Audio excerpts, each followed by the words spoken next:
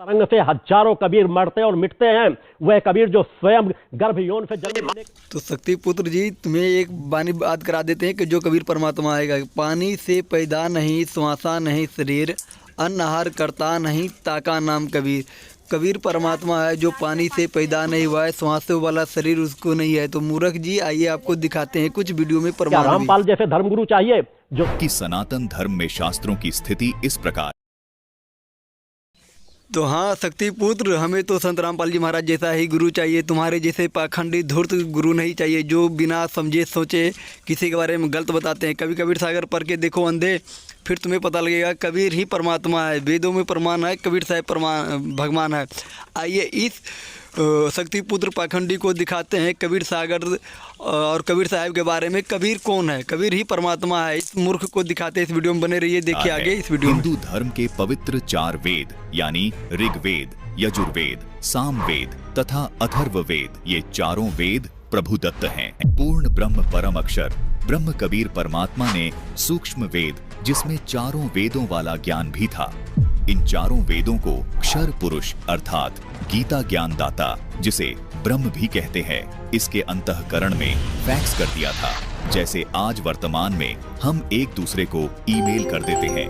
कुछ समय बाद काल ब्रह्म ने अपने सांसों के द्वारा संपूर्ण वेदों को बाहर निकाला, जिसमें संपूर्ण अध्यात्म ज्ञान था। संत रामपाल जी महाराज द्वारा बताए जा रहे इस ज्ञान का समर्थन प्रेमानंद जी महाराज भी कर रहे हैं। दर्शकों, जैसा कि संत रामपाल जी महाराज प्रमाणित करते आ रहे हैं कि पूर्ण ब्रह्म परम अक्षर ब्रह्म ने वेदों को काल ब्रह्म के अंतःकरण में डाल दिया। फिर उन वेदों को काल ब्रह्म ने अपने श्वासों के माध्यम से प्रकट किया। जब ज्योति निरंजन अर्थात काल ब्रह्म ने इन वेदों को पढ़ा तो वो भयभीत हो गया, क्योंकि उसमें पूर्ण परमात्मा कबीर साहिब जी की प्राप्ति का संपूर्ण ज्ञान था तथा सृष्टि की उत्पत्ति का भी संपूर्ण ज्ञान था। इस संपूर्ण सृष्टि रचना को समझने के बाद ही साधक को संपूर्ण आध्यात्मिक ज्ञान समझ में आएगा।